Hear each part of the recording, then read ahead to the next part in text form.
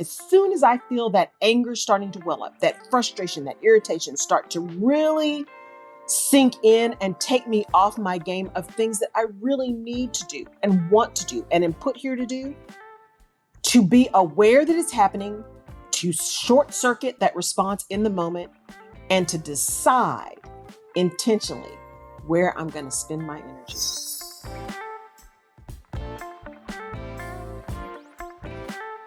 This week on the Rutledge Perspective podcast, I have a question for you. How are you going to spend your energy? How are you going to spend your energy? Now, as always, this came up because issues arose. I am working through several things. I'm working through a website refresh. I've got a new technology platform I'm using for streaming. I've got a new exterminator that's working. I've got so many new things that are happening right now. And what I realized was I am always a person that I don't ask for extra. You don't have to give me anything free. You don't have to do any of that. But I want what I paid for. And I have a tendency to also be accommodating, give grace. It's okay. I understand, all of the things. I don't tend to just nut up real fast around some things. But what that means is it is easy for people to move my stuff down the priority list because I'm not going to nut up. So most of the time, people are going to go to the things that cause the most pain, right? That have the most opportunity for being painful or for being problematic. And that's where they spend their energy first. And so it's kind of like people mistaking your kindness for weakness. Like just because I'm not acting crazy doesn't mean I'm not listening, not paying attention, don't have expectations, those kind of things. And I try to be really clear about what those expectations are and boundaries and everything. So I'm dealing with all of these technology things and trying to get a website launched and making sure the platform works. And there's another platform that isn't working and they keep giving me wrong information. And it's just all the things they're saying to do. I'm like, you can't do those things. And then I get a message back saying, oh yeah, they switched it. You can't do that. You know what? Stop. Give me a senior person because I can't keep going back and forth with you. And so I'm still trying to maintain a level of civility. And I realized that when these things happen, like having to move all of my prescriptions from one pharmacy to the other, because I'd spent months and months and months, and I just got tired of getting irritated and frustrated at these pharmacists, I get to choose how I want to spend my energy. I get to choose how I want to spend my energy. And so do you. And I have that personality that, again, I give people chances. I try to be mindful. I try to understand that everybody is coming in with something, right? There's something going on for everybody. So I try to give people grace just as I would hope that people would give me grace.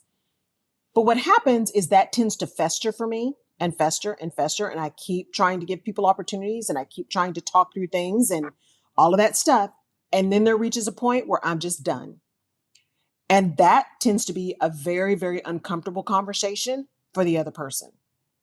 Because by then, I've done everything in my power. I've tried to be kind. I've tried to be clear. I've done all the things and it's still not happening. Now I'm upset and we're going to fix it or we are going to disconnect and keep it moving.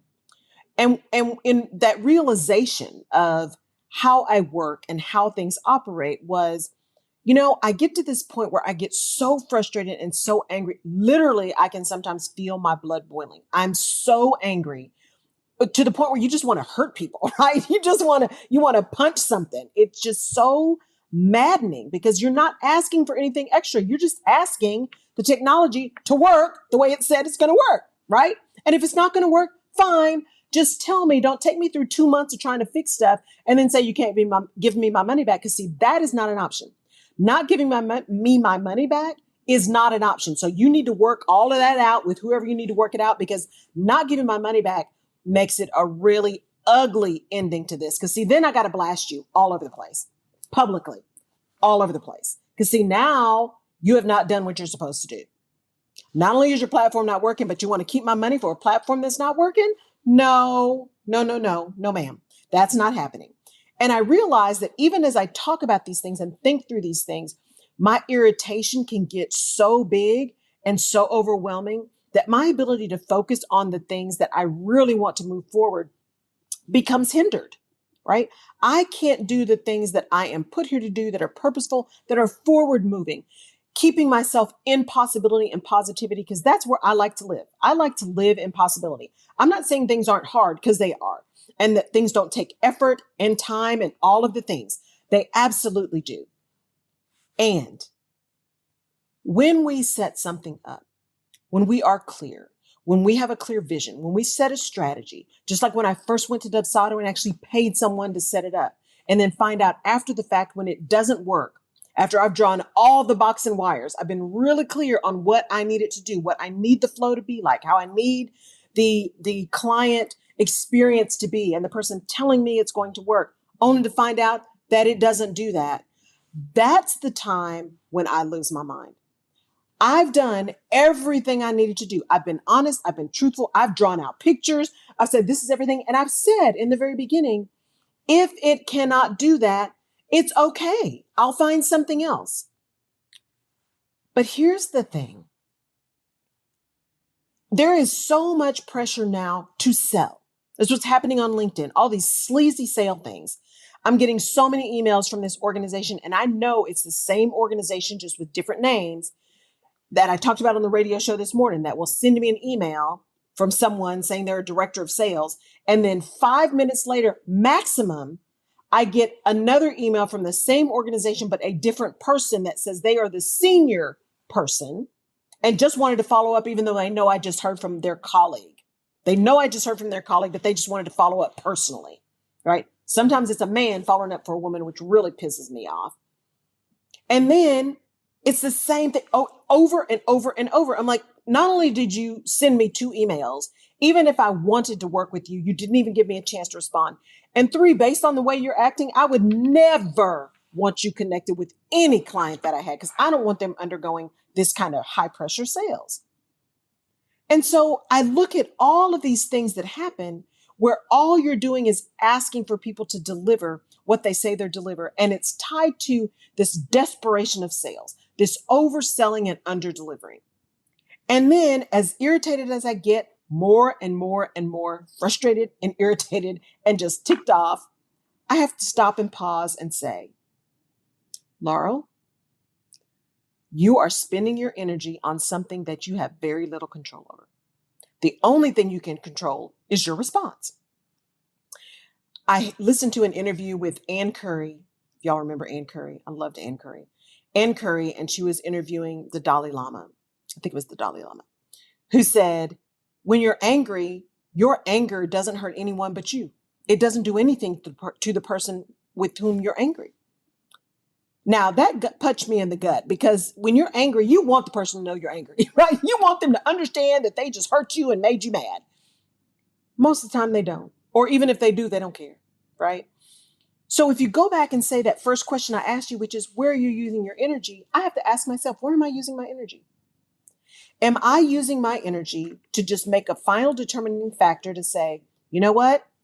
At what point am I going to say this just isn't going to work? Just give me my money back and let me move on. Because now I've invested so much time and so much energy and so much work to get something done, because I'm pretty self-sufficient. And I'm like, instead of spending more money to have someone set something up, let me just do it, so that if something goes wrong, I also have an ability to have some level of knowledge that I can potentially fix it in real time, as opposed to waiting for someone else's schedule to open up to fix. So I try to spend some energy understanding the things that I've invested in. And then when they start going wrong, especially IT, because as entrepreneurs and solopreneurs in particular, you're your own IT person. When did people stop telling the truth in their service? If it's not going to work, just say it's not going to work. My one little sale is not going to break your year. So just be honest. Just be honest and let's move on. Give me my money back and let's just move on. But I get to decide how I'm going to use my energy. And I get to decide if I'm going to allow all of this madness to truly take me off my game, to blow my focus and blow my concentration.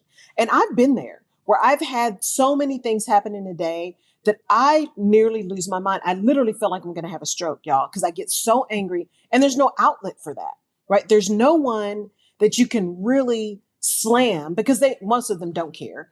or the ones that do care can't do anything about it. I mean, it's customer service has gotten to be non-existent. No one you talk to can actually answer your questions. And it's just beyond frustrating. And yet, we get to choose where we spend our energy. So am I going to spend my energy continuing to have this argument with someone to help them understand why it's not working and to get them to get to the right person in a timely manner to get a solution, or to just say, we can't fix it and let it move on? That's what I had to do with this national pharmacy. I finally said, you know what? I'm just not even doing this with you anymore. I'm not doing it. I'm moving everything. I haven't called back the manager yet, but I intend to do that and just let him know this is why I'm moving. Been with your organization for decades. And I am now moving. I've been to 3 different pharmacies in this area, now moving completely to a different one because you guys can't figure it out. You cannot figure it out. And not only that, I don't understand why you can't hire more competent people. Don't understand why it can't be done, but you can't. And I get to decide if I'm going to subject myself to your incompetence. And I've chosen not to do that. And by telling you that it's an issue, at least I get it off my chest. You can do with it what you want, but at least I get it off my chest. And I may just have to blast it on social media as well. We'll just see. I'll just have to see how vindictive I'm feeling in the moment, which I don't tend to be. But every once in a while, I'm like, no, I need people to know, T-Mobile, AT&T, but I'm putting it out on blast because it's not working for me. So I want you this week to do what I'm trying to do. I am working really hard to remind myself as soon as I feel that anger starting to well up, that frustration, that irritation start to really sink in and take me off my game of things that I really need to do and want to do and am put here to do, to be aware that it's happening, to short circuit that response in the moment, and to decide intentionally where I'm going to spend my energy. Because I have lots of energy. And I have many, many things that I want to do in order to serve, in order to be present, in order to make an impact. And if I'm spending my energy dealing with madness, I'm not doing the things that are moving forward. I am not serving. And even if I do try to serve, I'm not serving well because my head is all caught up in the stuff that's just pissed me off. And that's not where I want to live. I like living in a world of possibility. I like living in a world of positivity, not toxic positivity and not head in the sand. Everything's beautiful, because that's not real. I am very much a Libra, right? I'm very much balanced. But it's really about, I'm going to choose to live in possibility and opportunity, and let's just move on and make it happen. If it's not going to work here, let's find a place that it's going to work. But let's not keep stewing over things that I have no control over and that can't be fixed with the best amount of effort. Sometimes it's just not a match, and that's okay. There are tons of platforms out there. There are tons of people out there looking to do real good work and real jobs. Hire good people. Hire slow, fire fast. If you're a solopreneur and all you're doing is hiring services, make sure you're holding them accountable. If they're not, move on. That's why I don't want W-2 employees, right? I just want services that I'm hiring, because if it's not working, we end the contract and I move on to someone else, right? And try not to get angry at myself for continuing to waste money with people who just lie about their capabilities, right? Because that Dubsado thing really still has my butt puckered. But it is what it is. And it's water under the bridge. And I can't go back and make the person be truthful about what they said and be honest about how the system works. It's too late, right? It didn't work and they weren't truthful about it. But what I can do is find someone else and continue to lay things out very clearly around how I want them to work and have them demonstrate to me how it is going to work effectively and that it will work, and put things in contract that say, if you lie, then you owe me my money back, right? So there are things you agree upon contractually initially, right? So that when things go bad, because sometimes something's going to go bad. At some point, there's going to be a misunderstanding. Get everything in writing when the relationship is good. That way you can use your energy to move forward. You don't have to use your energy being angry. You don't have to use your energy trying to get even. You don't have to use your energy to clarify after the fact. You can use your energy to keep it moving. because you have got things to do. You have got people to serve. You have got genius to put out there, messages to make. You have got to show up because someone is looking for you to support them, to help them, to guide them. Don't let energy vampires steal your positivity, steal your joy, steal your energy for the things that really matter. Be intentional. When you feel that anger rising up, notice it, describe it, honor it in the moment, and then figure out how you're going to push past it, because time is not renewable. And if you're spending all your time being angry and frustrated and irritated, you don't have that time to use on something that's positive, right? Those things are mutually exclusive. 1 minute is 1 minute. You can use that 1 minute to be irritated, or you can use that 1 minute to move forward. I'm going to choose to move forward. I'm not going to be perfect at it, but I am working every day to ensure that that time between anger and moving forward in positivity gets shorter and shorter and shorter. Because just like you, I've got things to do and people to serve. Thank you so much for tuning in to the Rutledge Perspective. Keep that energy moving the way you want it to move. Be intentional about how you're using it, and don't waste time on things that are not serving you and others. Have a great rest of your week. Send me a note and let me know what you'd like me to talk about. We're coming into summer. If there's something in particular you want me to address, let me know, and I will work that into the timeline. Also, pass this on. If this made sense to you and you think it would be helpful for someone else, please share this with someone else and go out to your favorite platform. Give us a 5-star review. Let us know so that we can continue to serve others and get the message out there. Have a great week, and we'll catch you next time. Bye-bye.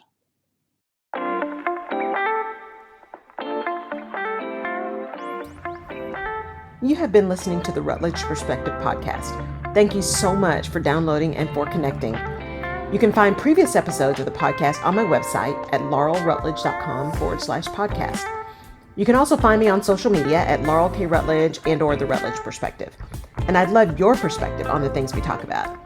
And if there's a specific topic you want me to cover, just let me know. And please share this podcast with someone in your village who may need this little piece of perspective today. And if you're so inclined, I would really appreciate a 5-star rating and review on the platform of your choice. Apple Podcasts and Spotify reviews are particularly helpful. Thank you again for listening. Take care.